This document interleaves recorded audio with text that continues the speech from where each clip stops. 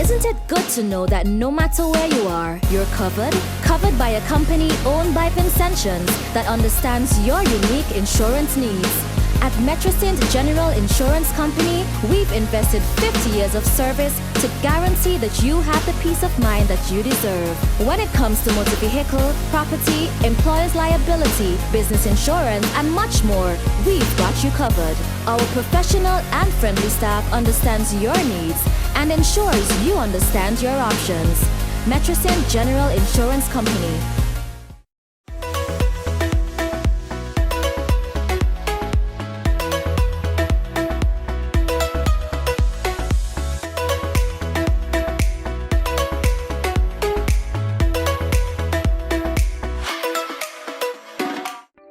Have you registered for your COVID-19 digital vaccination certificate yet? Vincentians who received their COVID-19 vaccine in St. Vincent and the Grenadines are encouraged to apply for their vaccine certificate. If you are planning on traveling or planning to attend upcoming fully vaccinated events, here are 2 steps you can follow. Step 1. Send an email to vaccinecertificate@gov.bc with the following documents. 1. Your COVID-19 vaccination card. 2. Photo identification card. 3. Passport size photo. This is optional. Step 2. Be patient and allow for a maximum of 72 hours for the information to be forwarded to your email. Don't forget to check your spam or junk mail. For more information, call 784-451-2183 or the COVID-19 hotline 784-534-4325. Your health, a shared responsibility.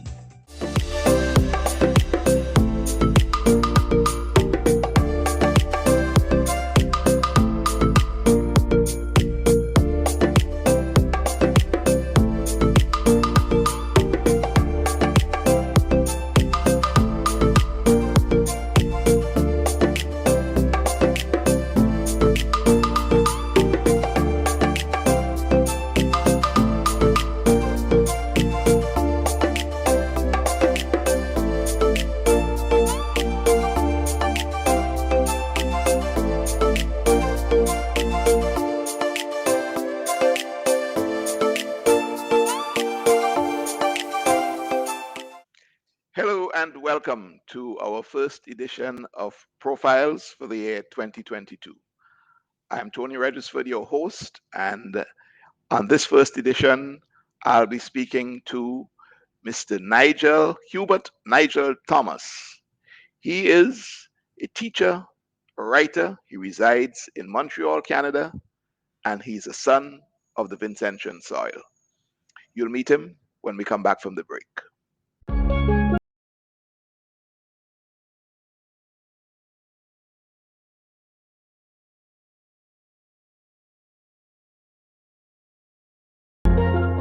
Isn't it good to know that no matter where you are, you're covered? Covered by a company owned by Vincentians that understands your unique insurance needs. At Metrosint General Insurance Company, we've invested 50 years of service to guarantee that you have the peace of mind that you deserve.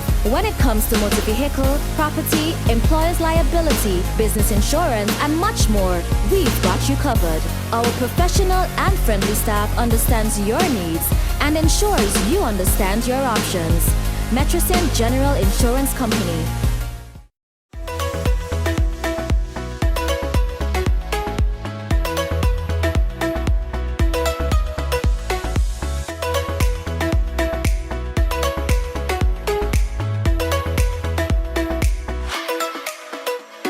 Over the years, vaccines have protected us from serious diseases like whooping cough, chickenpox, polio, measles, and others. Vaccines help your immune system do its job better and faster, and that protects you from serious diseases. Like a police officer, your immune system is always on patrol in your body looking for invading germs. When it comes across a germ, it begins releasing antibodies to fight the germ. These antibodies work to attack, weaken, and destroy the germ. The COVID-19 vaccine is no different. It will work to help your immune system fight COVID 19 effectively. You are important to your family and friends. Vaccines bring us closer. Choose to get vaccinated.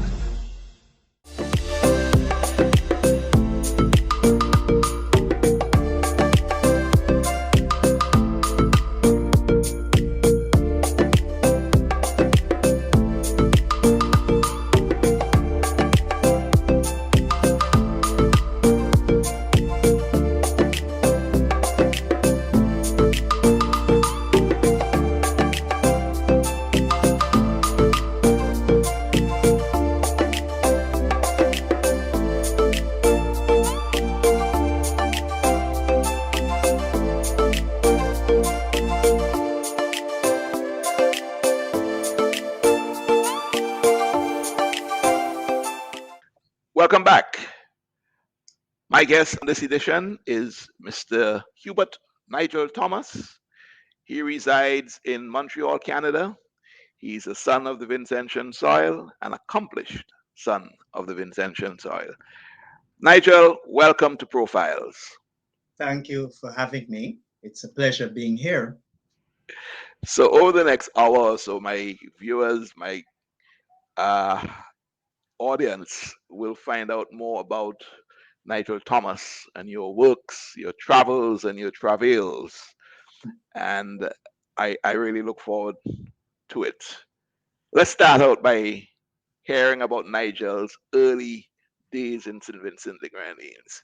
Before you migrated, tell me about where you were born, what the village was like, what the conditions of growing up were like, a bit about your childhood. Yeah, I was born in Dixon's Village. And at the time when I was born, the population was of the village. It had several sections, but the village as a whole was about 1,000 people. I think it was like most rural Vincentian villages. I would say 1/3 of the population was dependent on Monbentic estates, and the other 2/3 of the population, they had varying amounts of land from which they earned a living. There was a primary school there largely for the village. Um, of course, we didn't have electricity. Running water came when I was about 15. That basically was the village. It was what you would call in St. Vincent a Methodist village. There was hardly any. Dominated by the Methodist Church, I suppose. Yeah, it was hard. You hardly had anybody there who wasn't a Methodist. So that was fundamentally the ethos of the village I grew up in. Tell me about your early memories, childhood. Did you have a happy childhood, for example?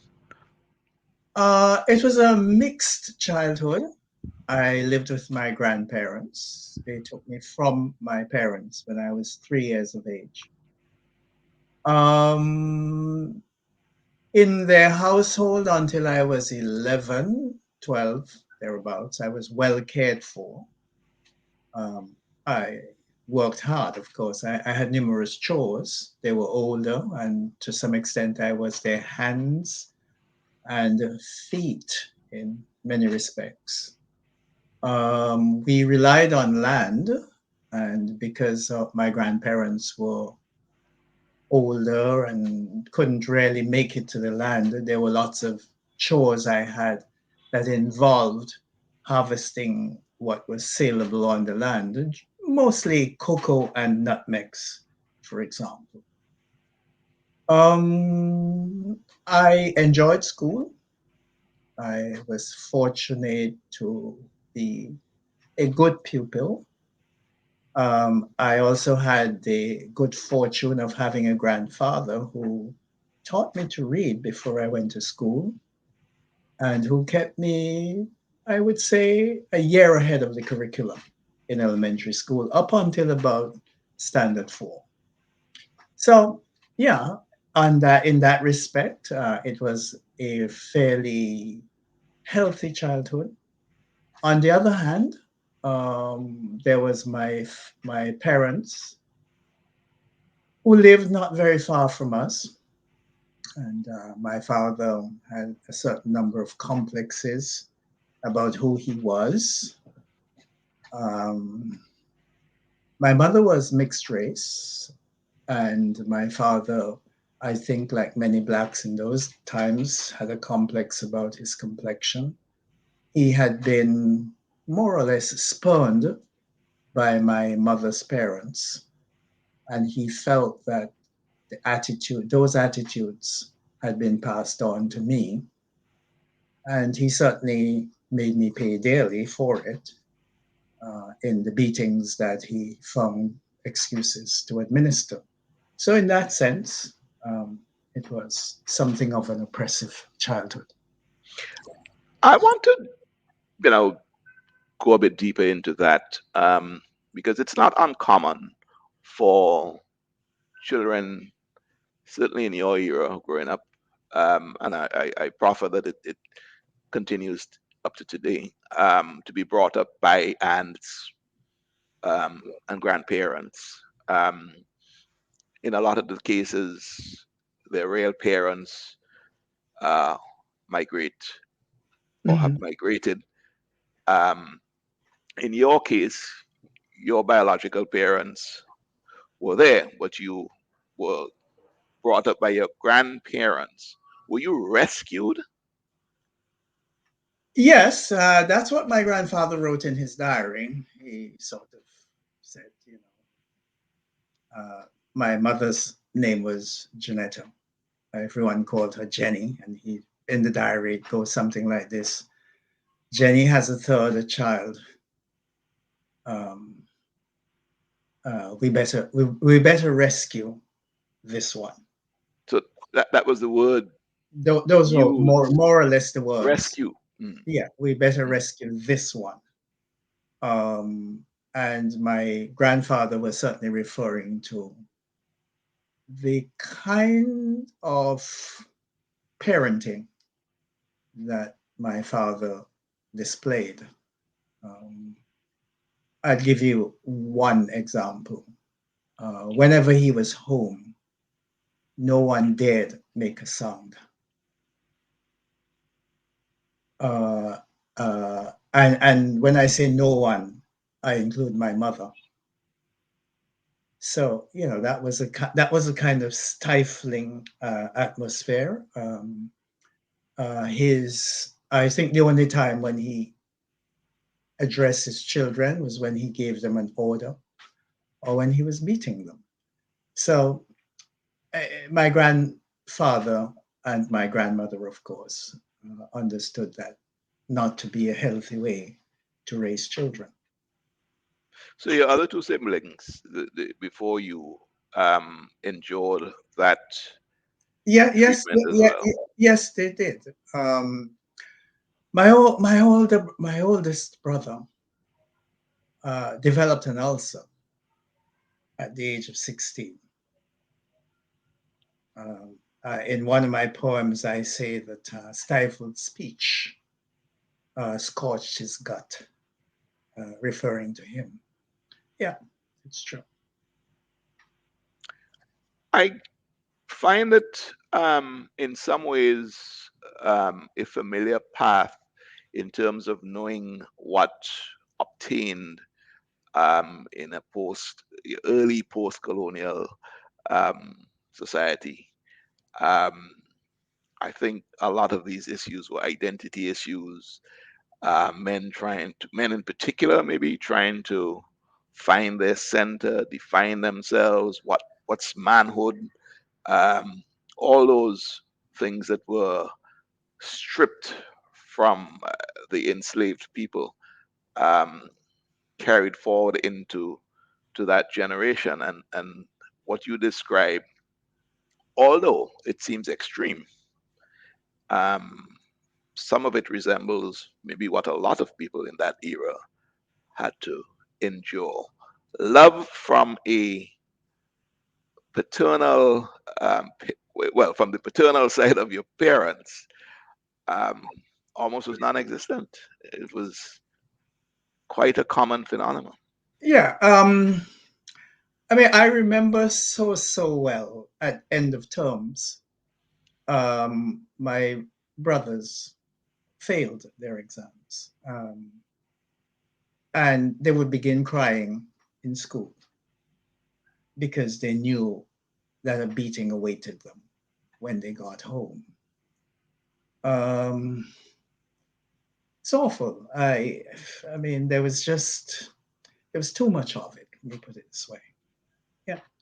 I mean, So, Nigel, has that made you an angry, bitter person about that part of your past? no, it hasn't. I've, let's put it this way. I've overcome that. I understand that this society has a long heritage that's related to slavery. I understood where my father was coming from.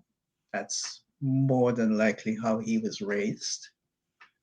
Um, and in exercising in the kind of discipline that he would call it discipline, that he did, it was a way of affirming that he had some sort of agency. He could control something, somebody. I mean, he had no property whatsoever. So, it was a Uh, power trip. it was, and it was the only way he could affirm that he had some sort of power.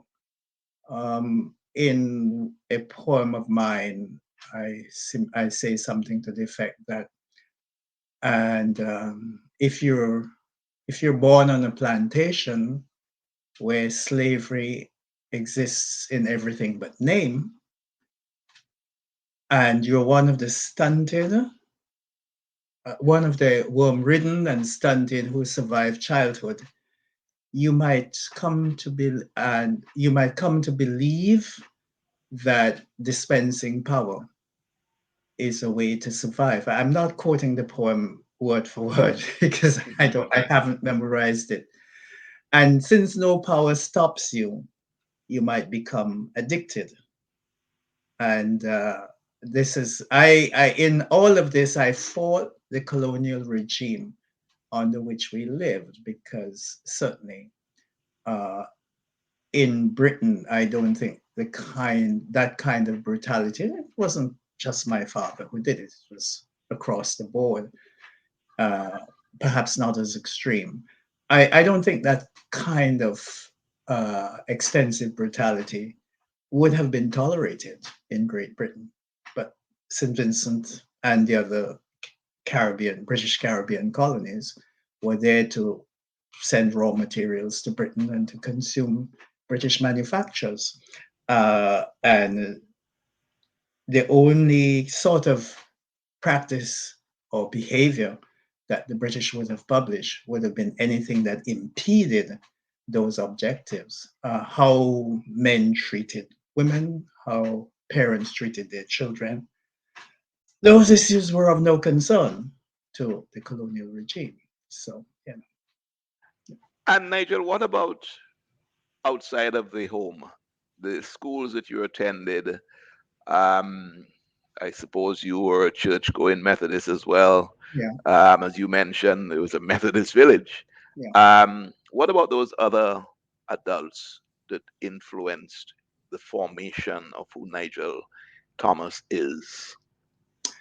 Well, in terms of people, in terms of human beings, I was, I think of all the people I've encountered in my childhood, apart from my grandparents, the person who influenced me most, surprisingly, is or was or has been, because it's still ongoing, Viola John.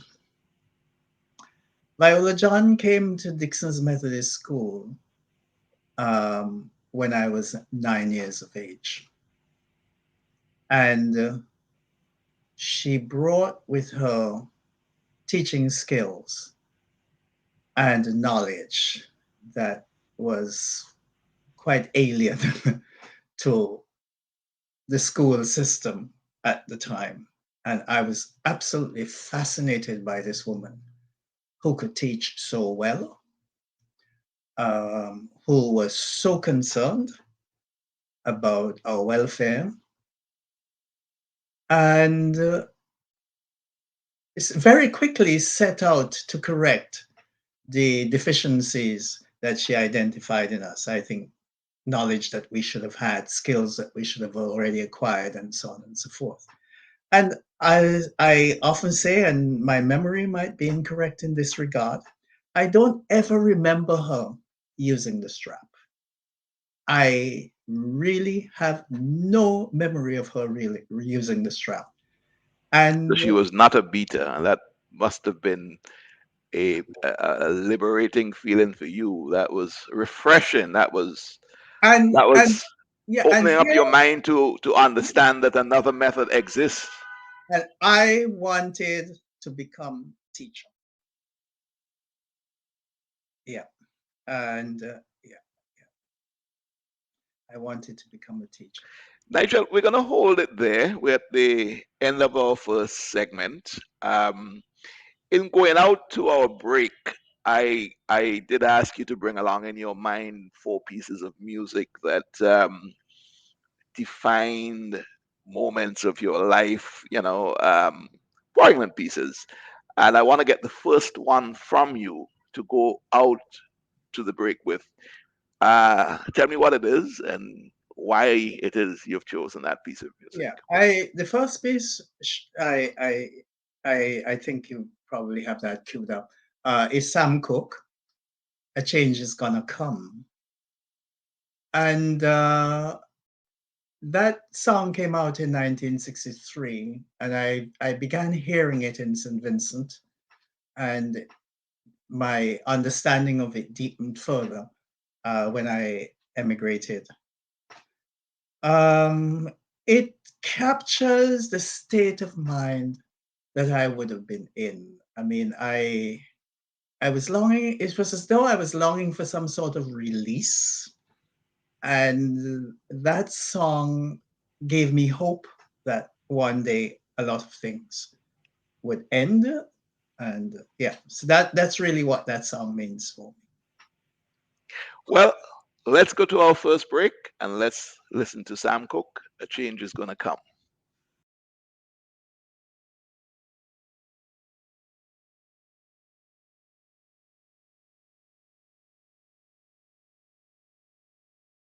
Isn't it good to know that no matter where you are, you're covered? Covered by a company owned by Vincentions that understands your unique insurance needs.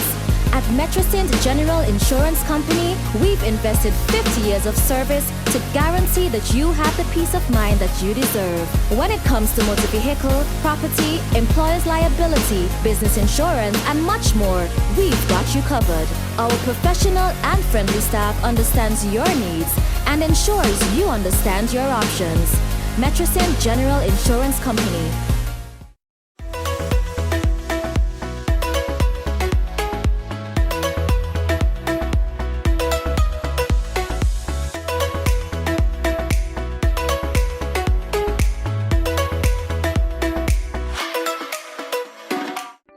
Have you registered for your COVID-19 digital vaccination certificate yet? Vincentians who received their COVID-19 vaccine in St. Vincent and the Grenadines are encouraged to apply for their vaccine certificate.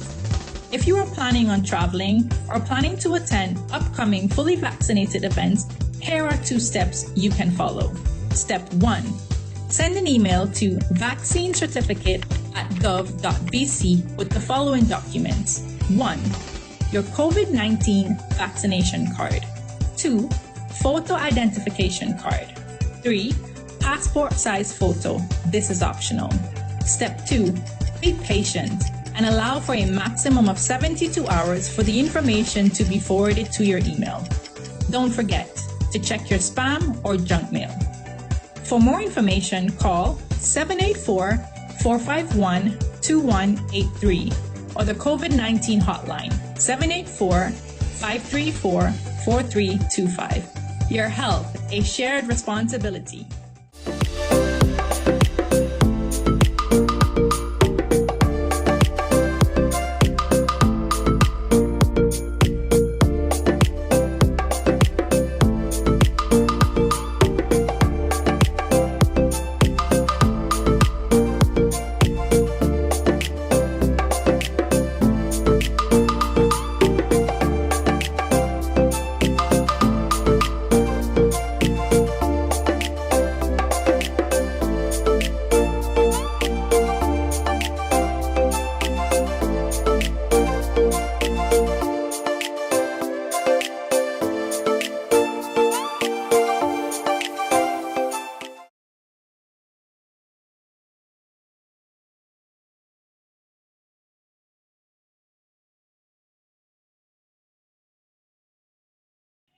You're looking at our first edition of Profiles for the year 2022. My guest is Hubert Nigel Thomas, and we're going to continue exploring his life, him telling his story, his trials, his tribulations, and his successes. Nigel, welcome back. And I want to start out this segment by having you tell me about your formal training, your education. Take me through that path. St. Vincent, Montreal. Take me through that path. I, of course, attended Dixon's Methodist School, did my primary school there. I passed school leaving, the primary school leaving exam, began teaching at 14 and got the education that went along with that, attending the Teachers Training Center. In 1965, I got 6 O-level subjects.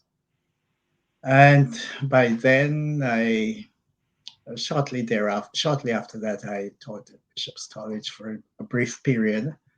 Then in the civil service, I worked chiefly at the Ministry of Communications and Works. And from there, I came to Canada in 1968. Initially, I did nursing, decided that it wasn't a career for me. And in the meantime, I was going to university. I graduated from Sir George Williams in 1974 with a BA Honours English with distinction. In 75, I graduated with an MA, also from Concordia. In 76, with a diploma in education from McGill University. And in 1986, with a PhD from the University of Montreal. And that essentially sums up my education trajectory. And what about your writing? When did Nigel Thomas start to look at himself as a writer, a potential writer? When did the bug bite you? The bug, the bug bit truly in 1975. But when I was 1920, thereabouts, I did write, I think, 3 plays. I can specifically remember 2, but I think it was 3. Looking at social issues in St. Vincent. At the time, I lived in Riley and I attended church in Evesham. And the members of the Methodist Youth Fellowship basically were the people who were the actors in these plays. They dealt with social issues, defiance of parental norms. I remember being one of them. And the another was about the plight of women whose husbands went off to England in particular and left them behind. That was quite common, was it? That was Yes. quite common? Yes, it was. And occasionally, these women got themselves lovers, and the community, Decry that. they held them. They sort of began treating them as pariahs. Yeah. For doing so. And I felt that sort of thing was unfair because everyone knew that their husbands in Great Britain were not being celibate. So yeah, it's I guess the issue of the oppression of women was huge on my mind, and it probably came as a result of the sort of oppression that I saw my mother being subjected to, and other women. Yeah, But you know. you're also a lover of solace. Yes, You talk about that. I've looked at you, um, narrating some features about yourself. right, And you liked to retreat to the mountains in particular. And exactly. um, I think you,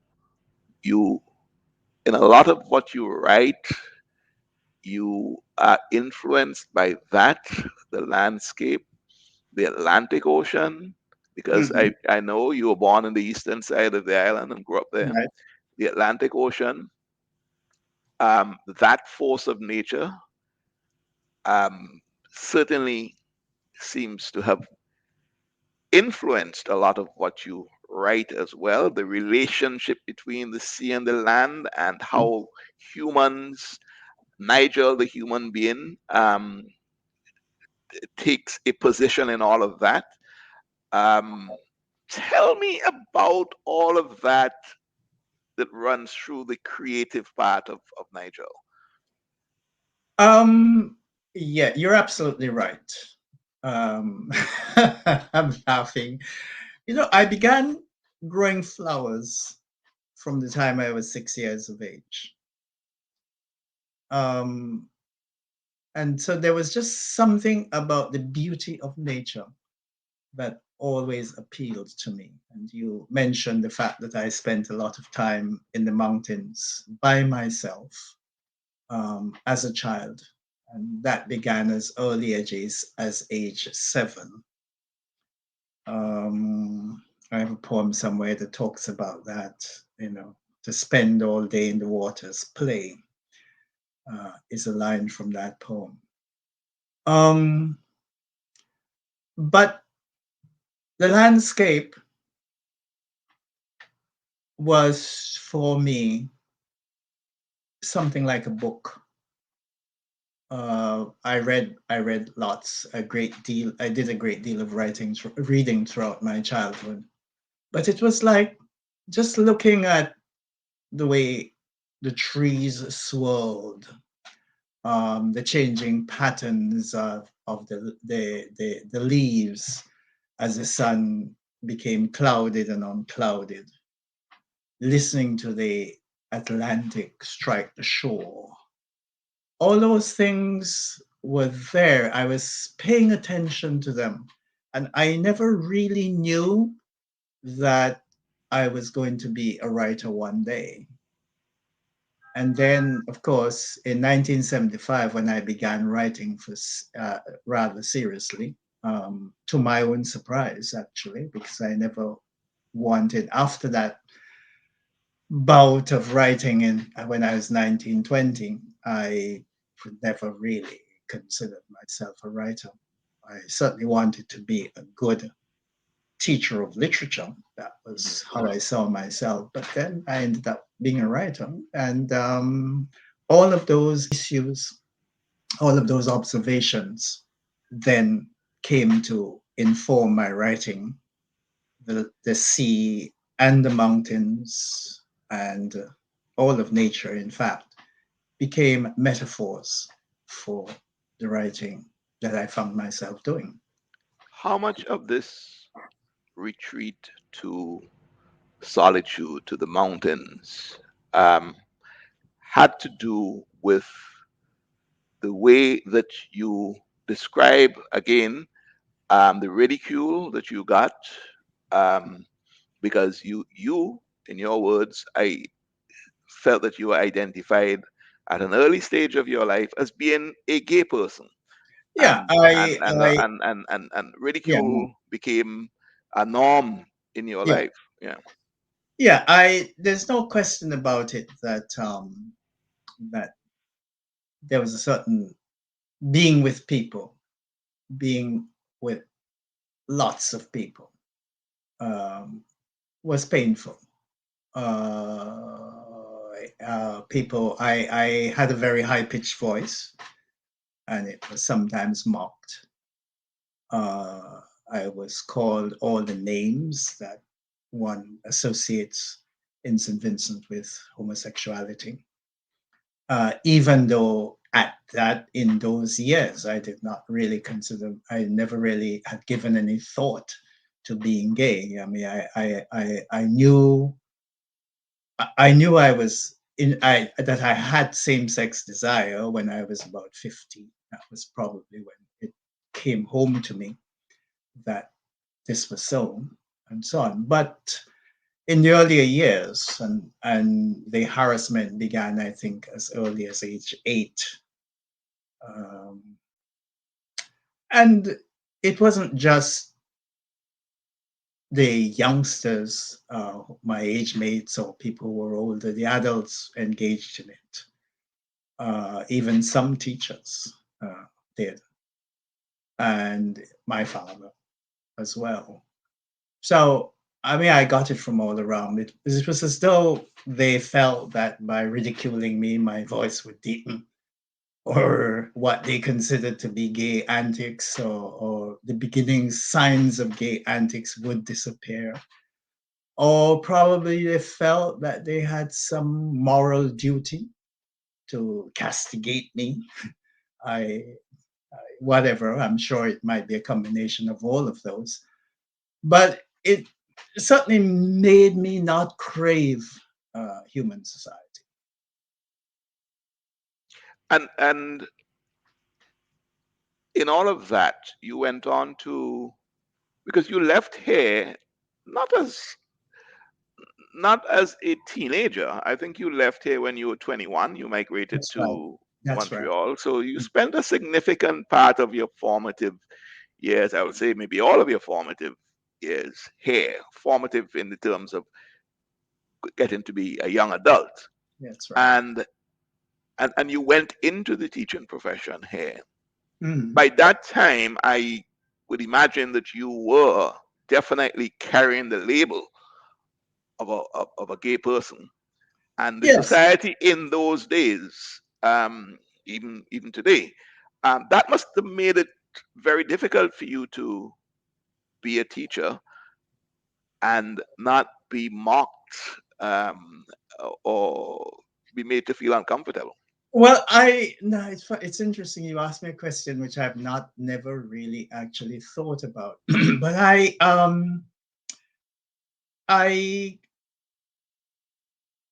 think I was loved by my students. I Many of them still seek me out on Facebook today and uh, offer me compliments and so on. Um, it was more my colleagues who were the problem, um, less so the students. I had a conversation last week with a former student of mine who lives here, and the conversation was related to my working in Gombe, and she would have been about 14 when I taught her, and she said that she couldn't quite understand why I had come from Dixon to teach in Gombe, and she wondered whether it had anything to do with homosexuality. But of course, here it was. She was 14 and she was having these thoughts, but she never did translate those thoughts into ridicule of any kind. But you can understand. I, I didn't ask her the question, but I'm pretty sure she would have probably discussed this with other people. She also had a sister who was teaching in that school, and who is now perhaps one of my closest friends, if not my closest friend. And she told me, yes, that there was a great deal of speculation in the community that perhaps I had done something atrocious in Dixon and had been transferred to Gombe for that particular reason. So it framed much of how people looked at me. Nigel, we're coming, or we have come to the end of the second segment. Time flies on these programs. Um, I want to get the second piece of music from you. And again, you're going to tell me why you've chosen what you've chosen and what it means to you. So I want to go on the second break with this piece of music that you're going to tell me about. All right. The second piece of music is Aretha Franklin's Spirits in the Dark.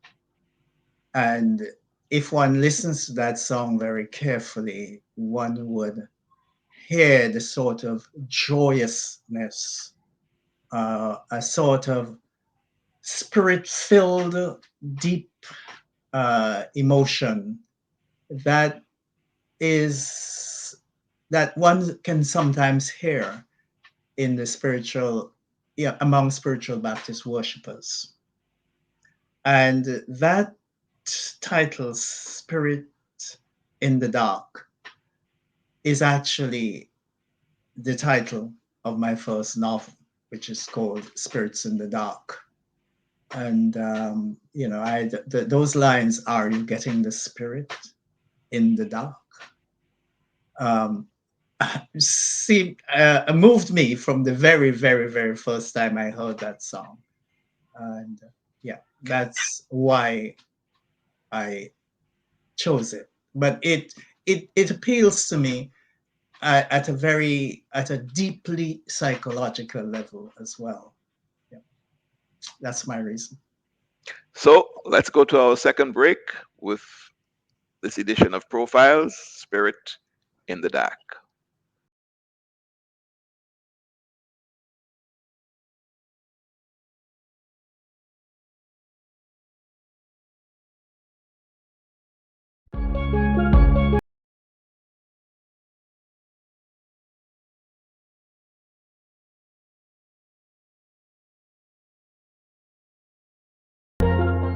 Isn't it good to know that no matter where you are, you're covered? Covered by a company owned by Vincentions that understands your unique insurance needs. At Metrosint General Insurance Company, we've invested 50 years of service to guarantee that you have the peace of mind that you deserve. When it comes to motor vehicle, property, employer's liability, business insurance, and much more, we've got you covered. Our professional and friendly staff understands your needs and ensures you understand your options. Metrosint General Insurance Company.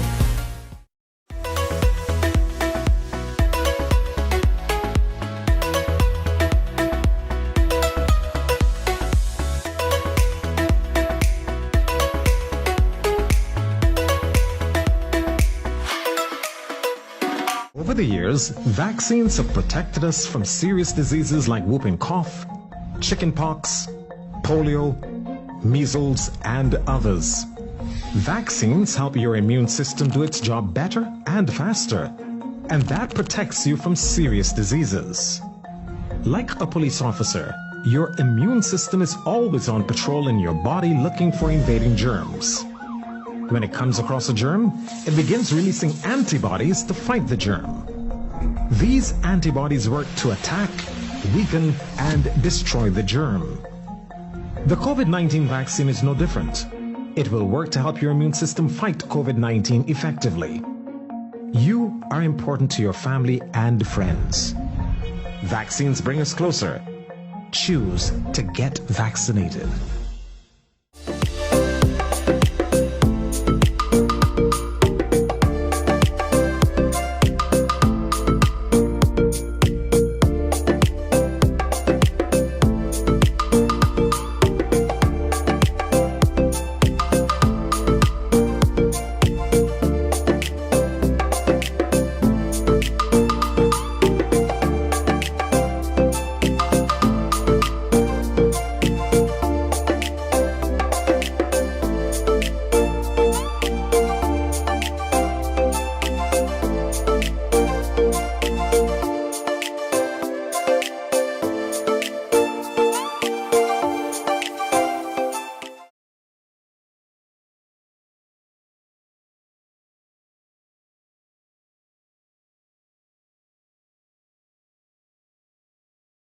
Spirits in the Dark, Aretha Franklin. You're looking at Profiles, and my guest on this edition is Mr. Nigel Thomas, teacher, writer, son of the Vincentian soil, living in Montreal, Canada. Nigel, welcome back to this segment. Tell me about your early days in Montreal. You've migrated now and you've gone to a cold country, I dare say. Yeah. And you're going to try to make something of yourself. That is what people normally say of people who migrated. Go and make something of yourself. Let me hear about your journey or this leg of your journey. Yeah. Well, I arrived here shortly before the Christmas of 1968. In fact, less than a week before Christmas of 1968. I stayed with someone I knew, but he was working. His sister was also there in the household with her, with three children, and so on. So it became, I became aware quite quickly that I'd probably have to find other living arrangements. But that's somewhat beside the point. I'd say within the first 3 or so days of my arrival, I encountered racism. I remember I went to an employment agency, and as soon as I stepped in the door, someone called from the back of the room and said, "Tell that young man we don't place janitors here." Now, I hadn't gone there to apply for a job as a janitor, and it was an agency that didn't place janitors, it placed people in clerical work. This was sort of at the beginning of January. By the end of that month, the Sir George Williams affair erupted. Students who found themselves victims of racial discrimination and who had complained So this about. is George Williams University. Yes, that's right. Mm.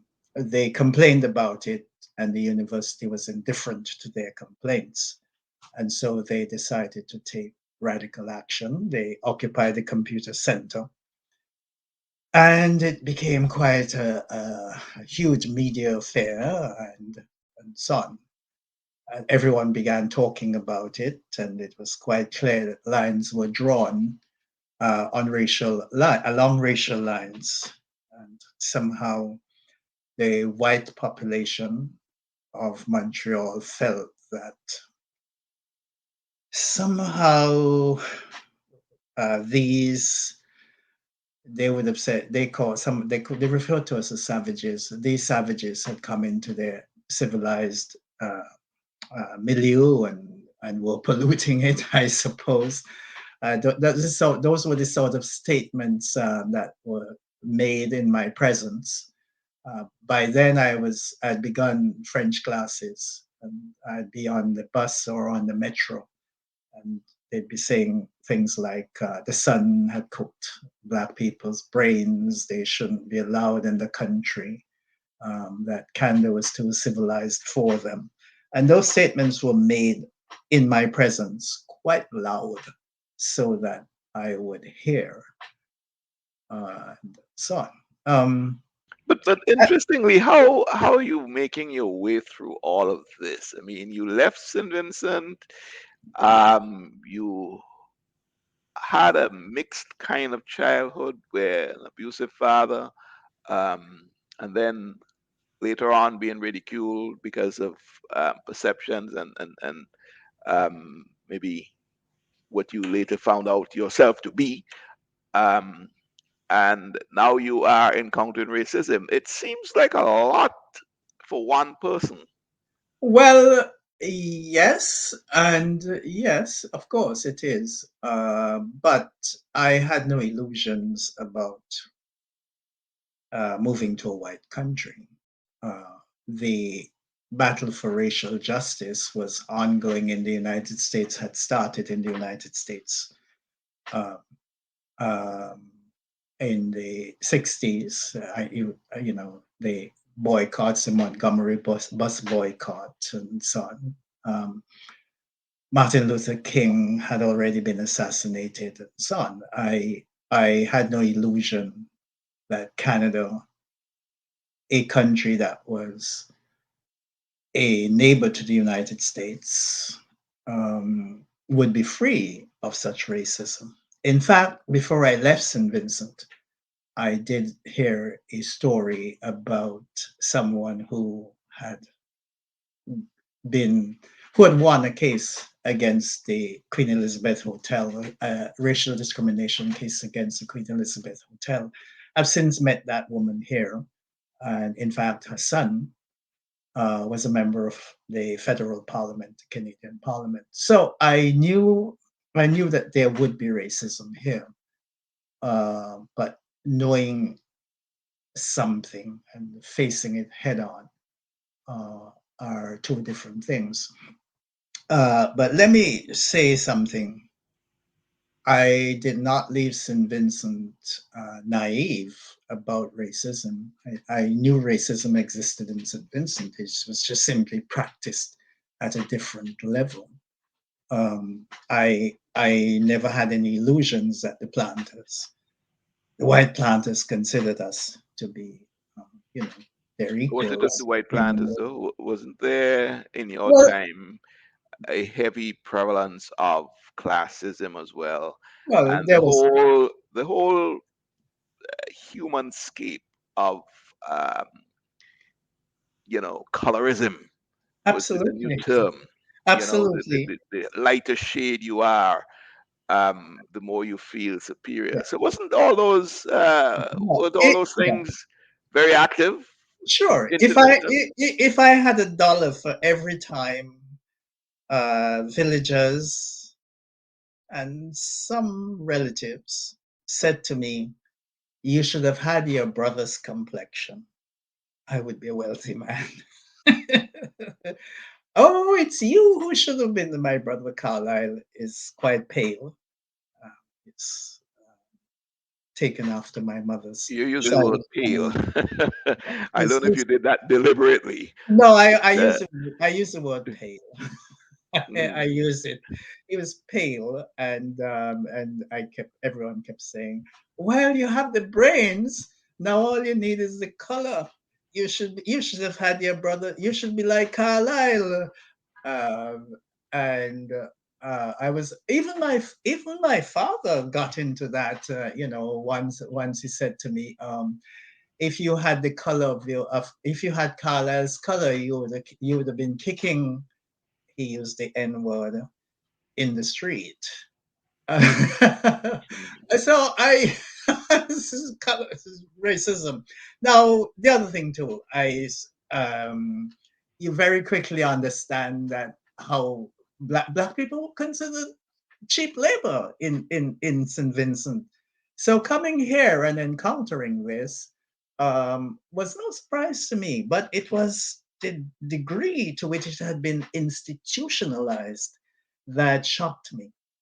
Um, and it continued to shock me over quite a very long period, actually. But I knew why I had come. And one of the principal reasons was that I wanted a university education. And I could get a university education here in on relatively easy terms. That was once you were a landed immigrant, and I ensured that I came as a landed immigrant, and you paid very little in the way of school fees. You were entitled to loans and bursaries, and So you took advantage of all those opportunities of essentially, course, and those were you were driven along the yeah, academic lines. I yes, think it's fair to say that you are a bit of an academic. Um, a bit of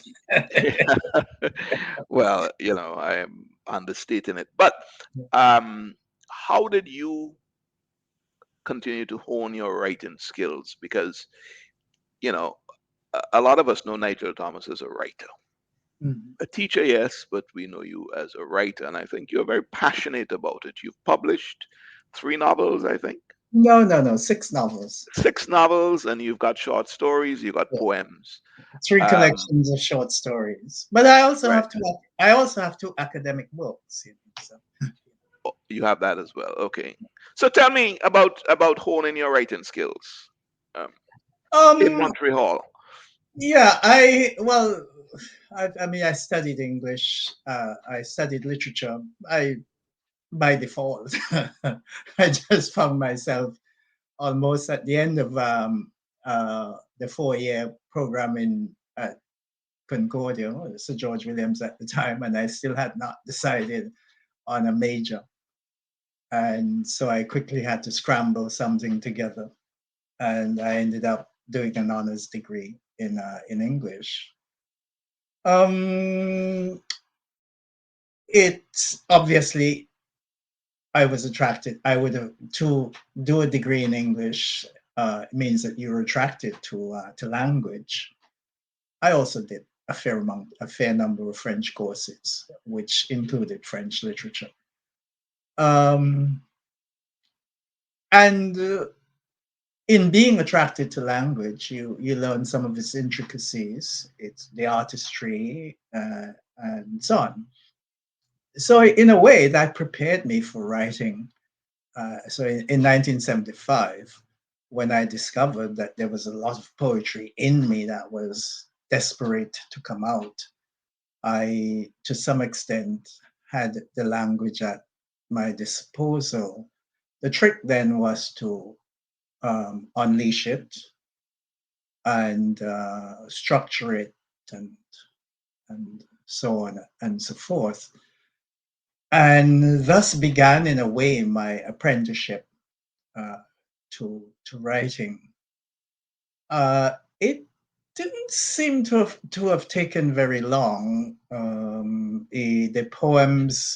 The poems, by and large, most of the poems that I wrote in the early years of writing poetry, that is from 1975 onwards, are still unpublished because, after all, I had studied literature. I knew what good poetry was, and I knew that the poetry that I had written was not particularly good poetry. so I, One of your so early influencers.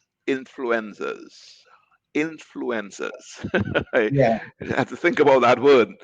Um, you mentioned was Earl Lovelace.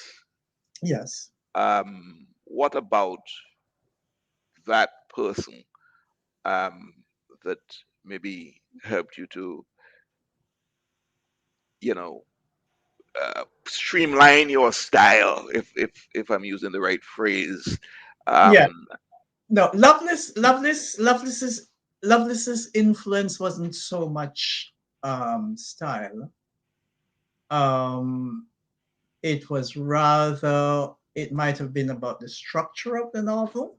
mm, But Lovelace, along with, I would say, Paula Marshall, another Black writer, Tony Cade Bambara, and a Pueblo um, Native American writer, um, Leslie Marmon Silko.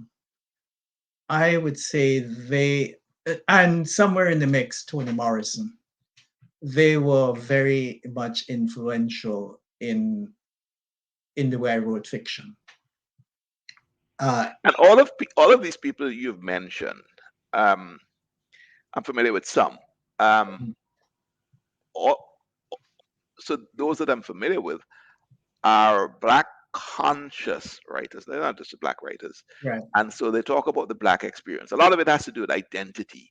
absolutely, Um, and identity seems to be a common theme with you as well in your writing. absolutely, absolutely. Um, and it's forever a point of resolution that I find Black writers in particular try to reach and maybe never reach, maybe never reach to that point where there's some resolve. Um, in the dying moments of this segment, just tell me about what's going on in your head when you, like those people who've influenced you, search in your novels, in your writing, in your poetry for identity? Oh, that's quite a question. I look, I write. I return to perhaps some standard answers that I gave. I write because the human nature mystifies me, um, and writing. When I set out, when I begin writing a novel, it's because a character has been obsessing me about something, and I want to find out why that obsession is there. What it is about this character who that is obsessing me, and let me find out. Um, Invariably, all human beings have to come to terms, or have to try to come to terms with the what I call the exigencies of existence, the demands of existence, accommodate themselves to them. And some people would say that in the process of accommodating existence inheres what's called the tragic element. And I suppose in a way I consider life to be tragic, not so much in terms of the common understanding of tragedy, but rather that we know we are going to die. We know that we do not totally control our fate. In fact, in some cases, we don't control it at all. We have to choose from a limited number of possibilities. And in some cases, there's not very little to choose from. If you were born in dire poverty and there's no way of escaping it, you have to accommodate yourself to it. Now, in those situations, in here, what I call the tragedy of existence. And so much of my writing tends to be in that particular vein. For example, from in my last novel, for example, my protagonist uh, mistakenly, a gay man, mistakenly thinks he can remain celibate and be a Methodist minister. And he discovers, after being relatively successful for a certain number of years, he discovers that that's no longer possible. And if he's going to be honest with himself, he simply has to give up that career that he had spent so much time acquiring, Or and just and simply become human? and, I would put it that way. and start all over again. Exactly. Mm. And yeah, and and becoming and get in touch with that part of himself which he has suppressed. And the tragedy inheres in the fact that he felt that he had to suppress this need in himself. And of course, he finds out that the reason he did all of this was that he wanted to mask his homosexuality. He wanted to be one with the community, and he wanted to be in an occupation where he would be venerated, so on and so forth. Yeah. Nigel, we've come to the end of our third segment. I'm going to pick up, when we come back, I'm going to pick up a bit more about your writing and discuss, you're a literary scholar. And so I want to hear your views on contemporary life and the way you articulate that in your creative side, when you write. So take me out to this third break with your third selection of music and tell me why you have chosen it. Yeah, the third selection is Bob Marley's Redemption Song. And Redemption Song simply it resonates with me. Now, now there is something of a paradox there. But Bob Marley was a Rastafarian, and Rastafarian ideology is at odds with who I am as a gay man.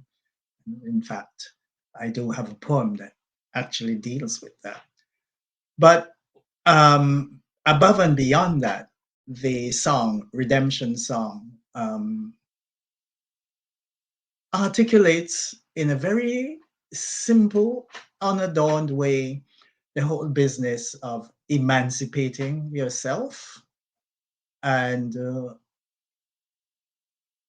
coming and in the process of emancipating yourself, you liberate yourself into being who you are and so on. And so that song speaks to me at a very personal level. Yeah. So let's go to our third break with Bob Marley's Redemption Song.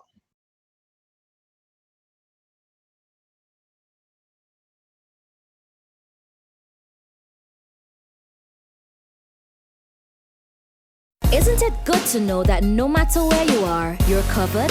Covered by a company owned by Vincentions that understands your unique insurance needs. At Metrosint General Insurance Company, we've invested 50 years of service to guarantee that you have the peace of mind that you deserve. When it comes to motor vehicle, property, employer's liability, business insurance, and much more, we've got you covered. Our professional and friendly staff understands your needs and ensures you understand your options. Metrosint General Insurance Company.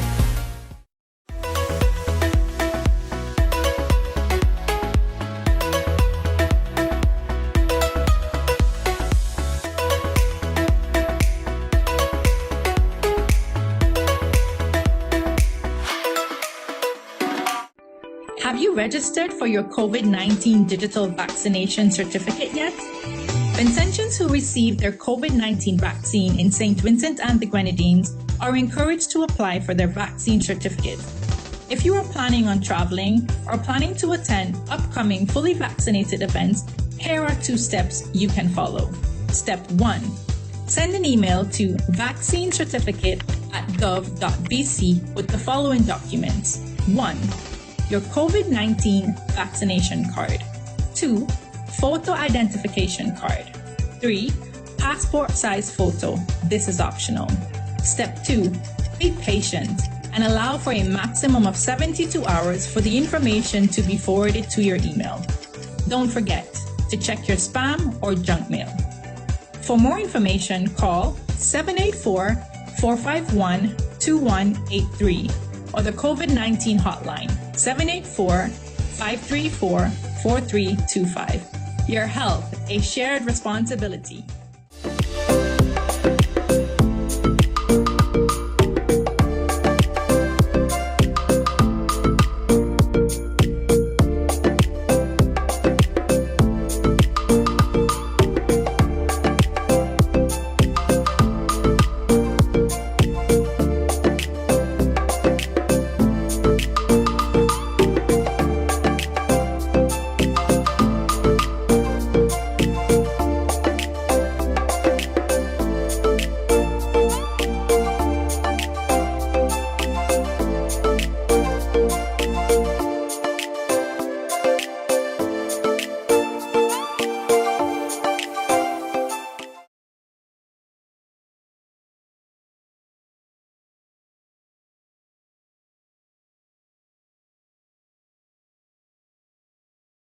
Welcome back to Profiles.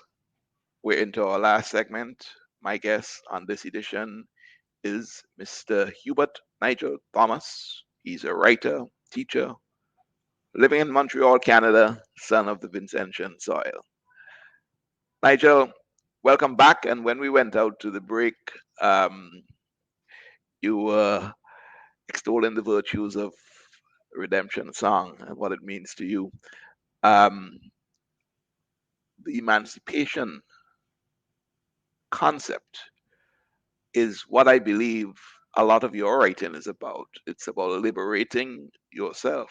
I think it's fair for me to say, and this is my assessment of what I've read of your work and in talking to you, that um, Nigel is about self defining, um, reimagining who you were from your childhood to what you are now.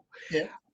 Some of it is reflective. You stand in front of that mirror a lot of the times. I don't know if you recognize who you see when you do that.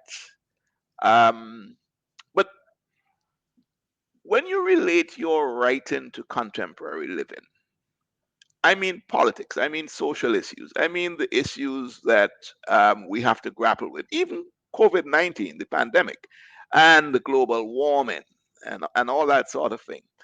Making sense of all this chaos. And you, I believe, maybe atheistic, um, which is strange because you had such a early foundation in the Methodist Church. Um, how is Nigel making sense and articulating sense of all of this chaos and articulating it through that vehicle that you use, which is writing? I I I am not absolutely sure.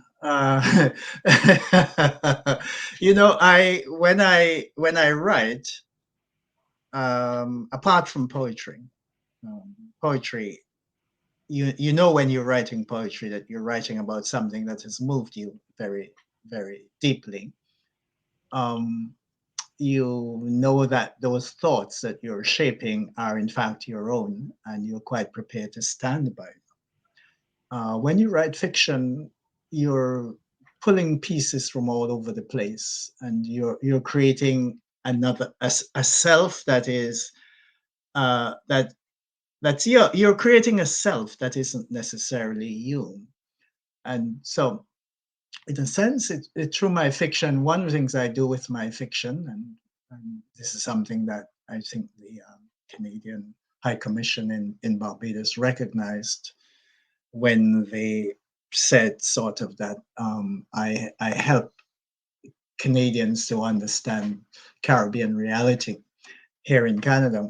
So I'm looking then at how people are coping. For example, my works that are set in the Côte de Neige district of Montreal examine the the impulses, the way people accommodate themselves to the challenges that they face in that society, which are not necessarily my challenges as a university professor or retired university professor. Um, People who do not quite have the same skills to express their frustrations and their problems. They figure quite heavily in my books. Um, on the other hand, when it comes down to what's personal, you find that, as I said earlier on, in my poetry, and there's a whole section in my latest book of poems, that I frankly title or subtitle as autobiographical. So there, for example, I talk about uh, family, and I talk about myself. But throughout the entire collection, um, you will find aspects, my beliefs, for example, my reflections on the consumer society, capitalism, um, the racism, for example, and the way it plays out, for example, in racial profiling, and how I remain sane in the midst of all of that. The second to last poem in The Voyage, my latest book, uh, discusses, or rather depicts, how I hold on to my sanity. That's a sort of a long-winded answer to the question you asked. Let's tap into the religious beliefs of what dominates, you know, the society from which you hail, Yeah. and even where you are now. I would proffer maybe that you are in a more secular, um, you know, environment, but That's right. still, religion runs deep. Yeah. Um, yes, the question I want to throw out at you is, um, you have been radicalized in the sense that you have taken a departure from a Christian upbringing to one now of maybe humanism. Humanism. humanism, which some people may call atheism too, Yeah. right? I'm not sure if you would want to wear that label. And also, you're a communist. You are, and if you're not a communist, you're definitely not a capitalist. You abhor capitalism, Yes, I do. okay? And so you couch all of that as humanism. So tell me, what is humanism, Nigel? Well, let me begin by saying that from Christianity, or I should say Methodist Christianity, I have extracted the ethics and discarded the mythological its mythological framework. So I hold on to the ethics of Methodism. You know that we are uh, fellow human, the keepers of our fellow human beings. We are to be good neighbors, and we are supposed to be people who practice the golden rule. Well, if you practice the golden rule, you couldn't very well be a capitalist because to be a capitalist, one has to see other human beings as commodity. You have to attach a sort of a monetary value to human beings. In fact, when a company hires you, uh, that company hires you to perform a certain skill, and from that skill is supposed to have a certain value, and you're supposed, when that value isn't delivered, the company gets rid of you. So would Um, you say in a capitalist um, construct that a lot of human relationships are transactional? they absolutely are. Everything is transactional. Um, it's no accident that when goods are scarce, prices go up. Uh, there's a weakness there, and that weakness is exploited to benefit those who can exploit it. Those who have the power to exploit it are the beneficiaries, and it's power, and and and the power in that particular context is converted into wealth that is siphoned off from the weaker party. And Nigel, you came up. I'm going back to Dixon, and and the reason I'm doing this is because the people who are looking at this primarily are in St. Vincent and Yeah, Grenadines, and though we have come quite a ways from what your growing up time was, um, the legacy of it is very real. It's very present, absolutely. I um, know that. and so we're almost living in it as we aspire to move out of it. And I think a lot of people grapple with where they are on the spectrum. Okay, but you are now in Montreal. You are looking onto from a distance, um, somewhat what's going on here in our current day society. What are some of your thoughts? What are some of your impressions about your old home? um, well, I'm certainly delighted to see uh, what has happened there in terms of education. I, I looked, so I not so long ago, I was looking at the results of exams and graduations and so on, and I did see something like 600 and something people graduating from the community college. I would have never imagined in my wildest dreams that that would have been possible. I've heard the Prime Minister say that he wanted every home in St. Vincent to have at least one university graduate. I know that the government invests a great deal of money ensuring that people are educated um, up to the tertiary level. And I salute St. Vincent for that. Um, I My hope is that that education leads to a much more liberal society, and I say liberal in the sense of values, that there be um, uh, much more nuance in the way we deal with one another. I've there's something that bothers me about St. Vincent. It bothers me about the Caribbean on the whole, and it's that the liberal use of corporal punishment. And I've made my views known on that. I gave a talk about it in 2006, and I've written letters to the press about it.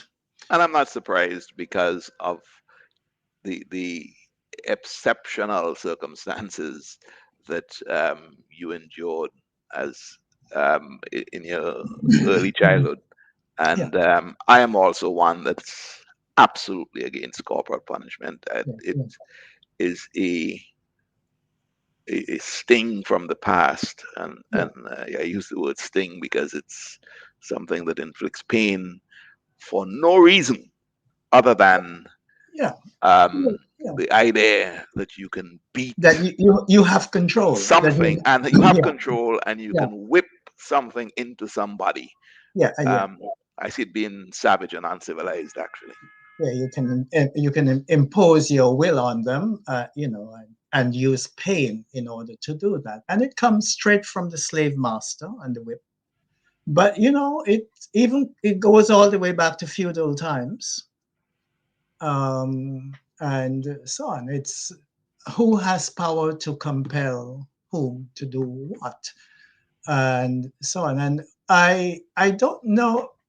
Parents have never in the Caribbean and been encouraged to understand what their role, what the full extent of their role is, because the moment if you were to stand back and say, okay, I'm an adult, I have power over a helpless child, it's my duty to help that child, to guide that child through existence, and so on. If you see it that way, it's all right as a child for children to make mistakes. That's how they eventually acculturate into becoming adults, into full-fledged participants in the society. If you take the time to do all of that, you realize that physical pain, that pain doesn't have any role to play in that sort of situation. I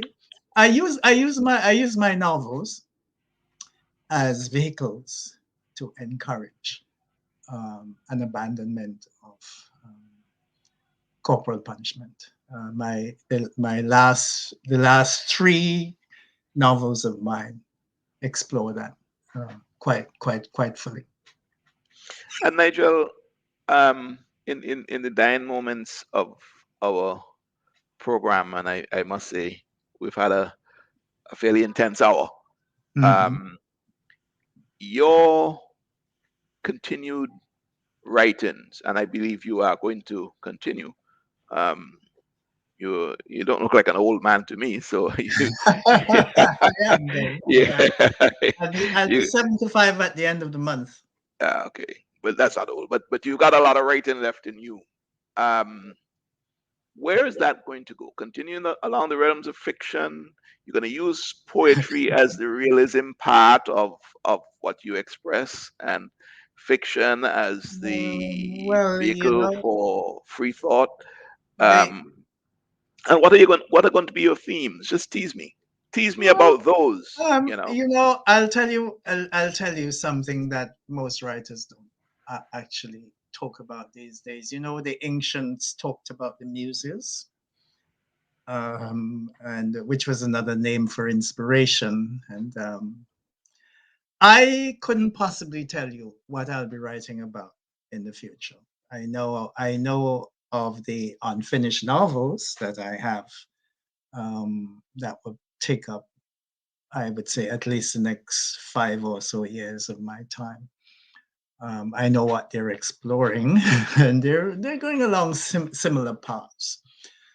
Um, I Something that I haven't yet looked at, for example, uh, in St. Vincent, in the Caribbean as a whole, people have been forced to, homosexuals have been forced to adopt the guise of heterosexuality. And uh, we have not yet had a novel of sorts that explore that phenomenon. And I think one of my future novels will do that. I am working on a novel at present that initially was set in Dixon, um, and it uses a fictionalized version of Dixon, for example.